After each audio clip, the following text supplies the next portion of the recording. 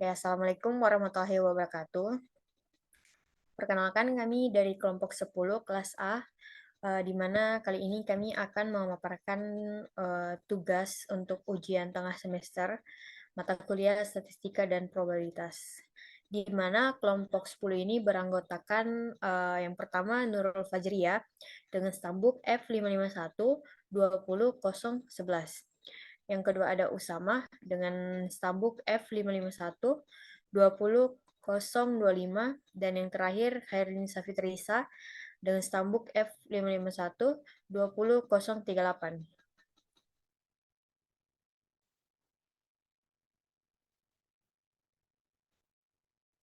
Oke, selanjutnya di sini saya akan membacakan soal pada tugas tersebut, di mana soal yang pertama itu apa yang dimaksud dengan penerusan data. Nah, jadi penerusan data juga dikenal sebagai data forwarding dalam bahasa Inggris, merujuk pada proses mengalirkan atau meneruskan data dari satu titik ke titik lainnya dalam jaringan komputer atau sistem. Tujuan utama dari penerusan data adalah memastikan data yang dikirimkan dari sumber sampai ke tujuan dengan aman, cepat, dan akurat. Dalam konteks jaringan komputer, penerusan data terjadi saat data dikirimkan melalui berbagai perangkat jaringan seperti router, switch, atau firewall. Perangkat ini bertindak sebagai perantara yang mengarahkan data melalui rute yang optimal untuk mencapai tujuan akhirnya. Penerusan data juga bisa melibatkan perantara yang melakukan manipulasi atau transformasi data sebelum meneruskannya ke tujuan. Selanjutnya, soal yang kedua, menurut kalian apa itu pengukuran tendensi sentral? Jadi, pengukuran tendensi sentral adalah konsep statistik yang digunakan untuk menggambarkan pusat atau titik tengah dari suatu distribusi data. Pengukuran ini memberikan informasi tentang nilai yang paling mewakili data secara umum. Ada beberapa metode yang umum digunakan untuk mengukur tendensi sentral, yaitu mean atau rata, median, dan modus. Setiap pengukuran tendensi sentral memiliki kegunaan dan keterbatasan masing-masing, dan pilihan metode tergantung pada karakteristik data dan tujuan analisis. Selain itu, ada juga pengukuran lainnya seperti quarter, desil, dan persentil yang memberikan informasi lebih detail tentang distribusi data. Baik, untuk nomor soal selanjutnya akan dibacakan oleh teman saya. Terima kasih. Selanjutnya soal nomor 3 yaitu menurut kalian seperti apa implementasi kuartil dan persentil berkelompok? Nah, implementasi kuartil dan persentil berkelompok melibatkan pengelompokan data ke dalam interval atau kelas yang saling tumpang tindih dan kemudian menghitung kuartil atau persentil berdasarkan interval tersebut. Ini berguna ketika kita memiliki data yang sangat tersegmentasi atau terkelompok dalam interval nilai tertentu, seperti dalam distribusi frekuensi atau data berkelompok. Implementasi kuartil dan persentil berkelompok membantu dalam menganalisis data yang terkelompok atau berkelompok. Ini memungkinkan kita untuk mendapatkan gambaran tentang letak relatif data dalam distribusi yang tersegmentasi dan memperoleh informasi lebih lanjut tentang karakteristik data secara agregat.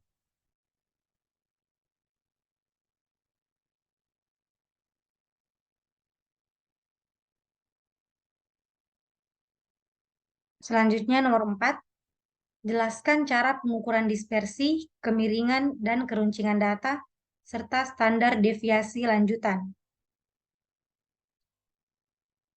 Nah, pengukuran dispersi, kemiringan, dan keruncingan adalah konsep statistik yang digunakan untuk menggambarkan variasi, bentuk, dan karakteristik distribusi data. Selain itu, ada juga metode standar deviasi lanjutan yang digunakan untuk analisis statistik yang lebih mendalam. Yang pertama, pengukuran dispersi. Itu terdiri dari rentang, di mana rentang adalah perbedaan antara nilai maksimum dan nilai minimum dalam suatu himpunan data. Rentang memberikan gambaran tentang seberapa jauh data dapat menyebar secara keseluruhan. Kemudian ada varians, di mana varians adalah ukuran rata-rata perbedaan kuadrat antara setiap nilai dalam himpunan data dan mean. Varians menggambarkan seberapa jauh data tersebar dari rata. Namun, varians diukur dalam satuan kuadrat, sehingga tidak langsung dapat diinterpretasikan. Kemudian ada standar deviasi, di mana standar deviasi adalah akar kuadrat dari varians.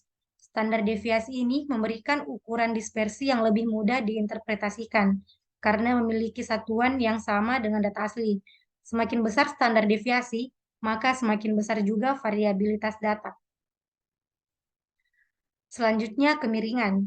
Yang pertama ada kemiringan positif, yaitu distribusi memiliki kemiringan positif ketika ekor distribusi di sebelah kanan lebih panjang atau memiliki ekstrim yang lebih tinggi dibandingkan dengan ekor di sebelah kiri. Ini menandakan adanya ekstrim positif dalam data. Selanjutnya, kemiringan negatif. Distribusi memiliki kemiringan negatif ketika ekor distribusi di sebelah kiri lebih panjang atau memiliki ekstrim yang lebih rendah dibandingkan dengan ekor di sebelah kanan. Ini menandakan adanya ekstrim negatif dalam data. Kemudian kemiringan simetris. Distribusi memiliki kemiringan simetris ketika ekor distribusi di kedua sisi memiliki panjang dan tinggi yang relatif sama. Ini menandakan ketiadaan ekstrim yang signifikan di dalam data. Kemudian yang ketiga, keruncingan. Yang pertama, keruncingan positif atau leptokurtik, yaitu distribusi memiliki keruncingan positif ketika puncaknya lebih tajam dan ekor distribusinya lebih berat dibandingkan dengan distribusi normal. Ini menandakan adanya ekstrim yang lebih signifikan di dalam data. Kemudian keruncingan negatif atau platikurtik. Distribusi memiliki keruncingan negatif ketika puncaknya lebih rata atau datar dan ekor distribusinya lebih ringan dibandingkan dengan distribusi normal. Ini menandakan adanya ekstrim yang kurang signifikan di dalam data. Kemudian yang terakhir yaitu keruncingan normal. Distribusi memiliki keruncingan normal ketika memiliki tingkat keruncingan yang serupa dengan distribusi normal standar. Untuk nomor 5 akan dijelaskan oleh rekan saya, Usama. Bismillah. Assalamualaikum warahmatullahi wabarakatuh. Jadi saya akan menjelaskan nomor 5, jelaskan apa itu statistika dan apa itu skala pengukuran. Statistika adalah cabang ilmu yang berhubungan dengan pengumpulan, analisis, interpretasi, presentasi, dan pengambilan keputusan berdasarkan data statistika. Data statistika digunakan untuk merumuskan dan menguji hipotesis, membuat estimasi, serta memahami dan menjelaskan pola dan hubungan dalam data. Statistika mencakup berbagai metode dan teknik untuk mengumpulkan data, menganalisis data, dan mengambil kesimpulan berdasarkan data tersebut. Metode statistika melibatkan konsep seperti pengukuran, pengambilan sampel, analisis statistik, probabilitas, inferensi statistik, regresi, dan banyak lagi. Skala pengukuran juga dikenal sebagai skala pengukuran variabel, mengacu pada jenis atau tingkat informasi yang diberikan oleh suatu variabel dalam pengukuran. Skala pengukuran menentukan tipe operasi statistik yang dapat diterapkan pada variabel tersebut. Sekian dan terima kasih.